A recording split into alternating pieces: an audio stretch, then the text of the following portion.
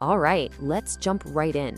We're about to unpack a pretty wild idea, the surprising, almost unbelievable connection between making mistakes and, well, becoming a legend. And it all boils down to one single, kind of shocking number. I mean, really think about that for a sec. When you picture the absolute greatest of all time in any field, an athlete, an inventor, a CEO, what do you see? You probably see someone who just doesn't mess up, right? Someone who operates at this insane level of near perfection.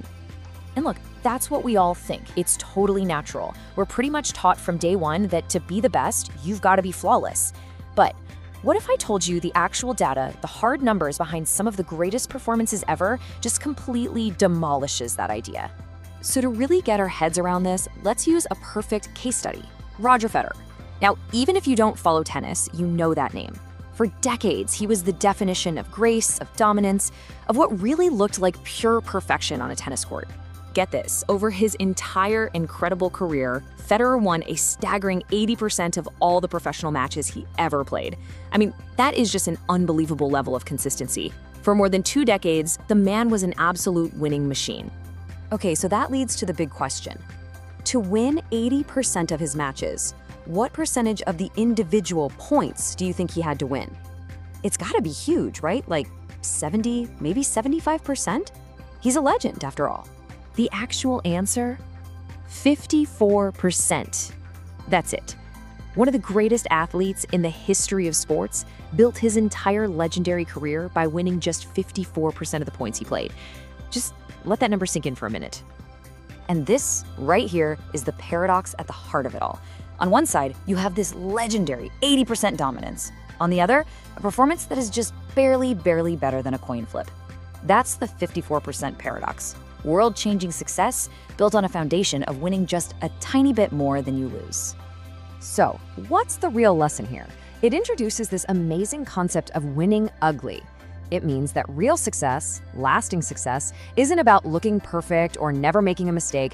No, it's about something way tougher, something much more powerful. And this chart shows it perfectly. Going into any match, Federer knew he was going to lose about 46% of the points. The goal was never to get rid of that lost slice of the pie. The goal was to manage it, to make sure that losing 1 point didn't cause him to lose the next one. And that's the absolute key. The secret sauce isn't some magical power to avoid failure. The real secret is the mental strength to accept it, to truly understand that you are going to fail a lot, and to know that it doesn't have to stop you from winning when it counts. Okay, so how in the world do you actually do that? How do you handle losing almost half the time and not completely spiral? Well, elite performers use a very specific mental tool. You might have heard it called having the memory of a goldfish. A goldfish memory isn't about being forgetful, not at all. It's an active, disciplined choice. It means after you make a mistake, a bad shot, a typo in an email, a clumsy sentence in a presentation, you consciously decide to let it go. Instantly. You reset to zero and focus only on what's next. And this is how simple it is, really. Step 1, you messed up. Okay, acknowledge it, but with zero judgment. No anger, no drama. Just, yep, that happened. Step 2, mentally reset. Have a little trigger, like taking a deep breath or wiping your hands. And then step 3, all of your energy, all of your focus goes to the next point, the next call, the next task. The last one is ancient history. So let's take this whole idea off the tennis court and bring it into our lives, because this lesson is so much bigger than sports.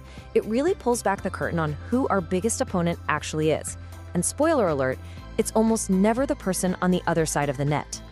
So often, our single biggest enemy is our own obsession with perfection. It's that fear of losing one of those 46% of points. That's what paralyzes us.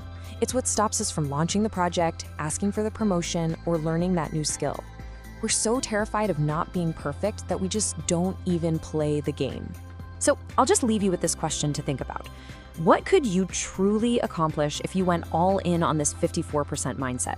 If you fully accepted that you're gonna mess up, you're gonna fail, you're gonna lose nearly half the time, but you just kept showing up for that next point anyway. That's not being imperfect. That, right there, is how you actually win.